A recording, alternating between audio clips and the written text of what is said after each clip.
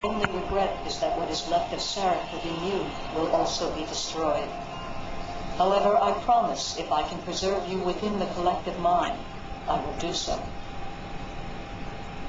More prey for the hunt. Excellent. My warrior's thirst was not quenched in our last engagement. Our ships stand ready to engage the enemy. More birds at the ready, Picard. We will form up on you. Enterprise to the fleet. Move forward and target at will. For glory and honor, we fly to war.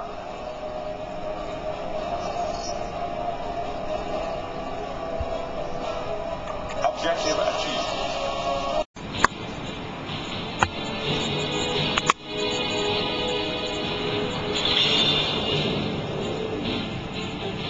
Captain's log supplemental.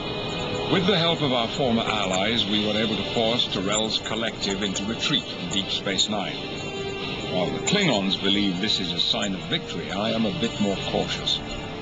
Without the support of DS9, we lose the advantage of choosing the time and place of our engagements. However, the alternative of letting Tyrell escape so she can replenish her drones and ships would be foolhardy. We have no choice but to pursue her to whatever ground she has chosen for this final confrontation. This sector to make her stand. Sensors indicate that area has high concentration of polaric ion energy. Polaric ion energy? But it's so unpredictable. It's unstable enough to destroy her and everything else within 100,000 kilometers. Tyrell isn't going to make this easy. It will be a hunt to the last. And unstable or not, she seems to have harnessed the power of this nebula effectively.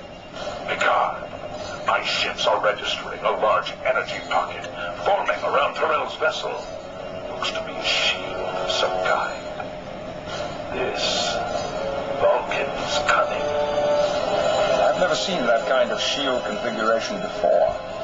There are similarities between regenerative shielding we've encountered in the past, but this is much more complex. She must be using the nebula's unique properties to bolster her shield matrix. That would give her a vast source of power to defend herself. In any case, it's more than any of our weapons can penetrate. She's not going anywhere. The safest place in the galaxy for her right now is in that string.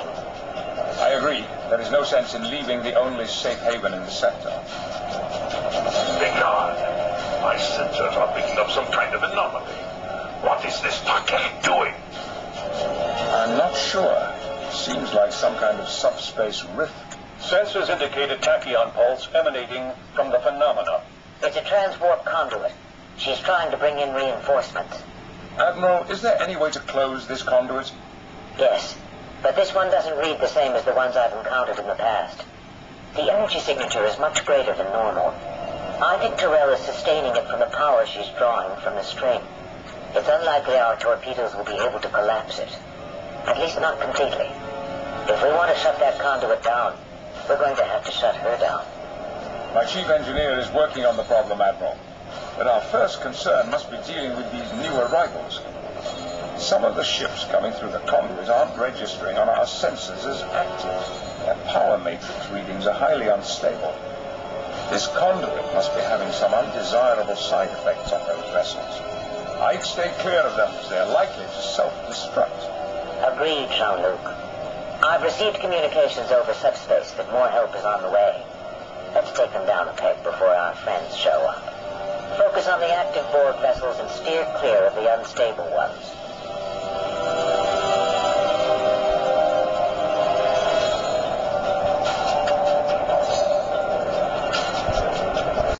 What can we expect? We damaged the cube internally, and we had the help of a Borg sphere to destroy it. Tactical cubes are extremely well armored and very destructive. Then we fly to a real challenge. This day will be one to remember through the ages. If we coordinate our attacks on the vessel, we might be able to better penetrate its armor. Excellent suggestion, Kratos. Enterprise to all Allied vessels. Bring your weapons to bear on the tactical cube. Let's see if we can't get this nut to crack.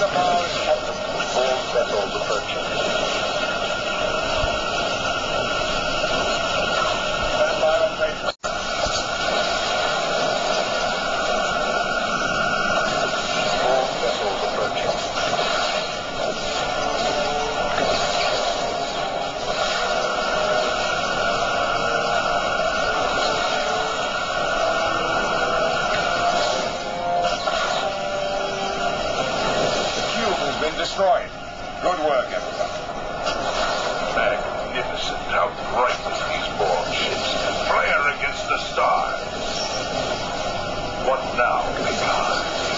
Our engineers have been working, and I believe we have a plan.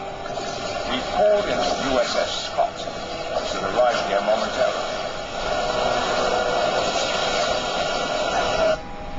Equipment you requested? Excellent, Scott. We'll make the necessary modifications via remote link. Confirmed, Enterprise. Captain, we've also been modified to serve as a deep space repair and rearm vessel. You need only to get close and hail us to initiate the process. We'll remain here and guard the sensor pods and provide any support to ships that require it. Understood. Picard out. We're modifying these sensor pods the Scott brought to emit a magneton pulse. Isn't that something the Dominion used to use?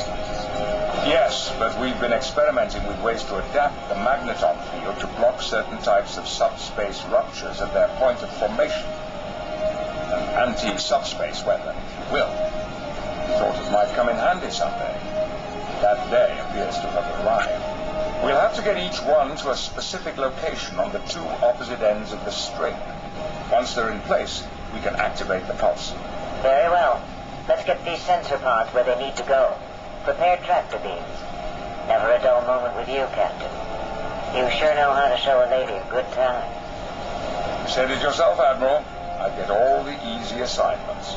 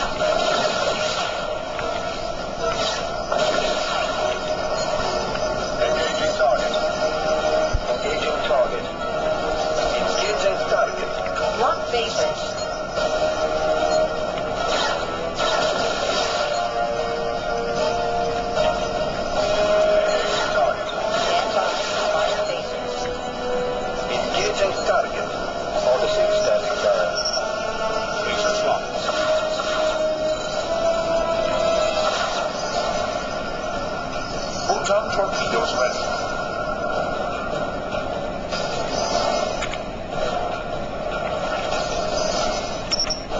Lasers locked. Engaging target.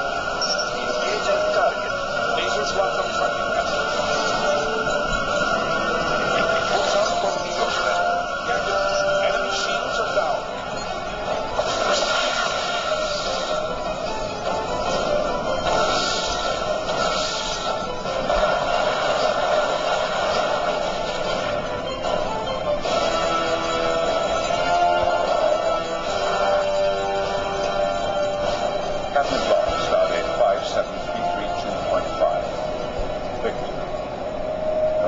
Thwarted Tyrell's master plan.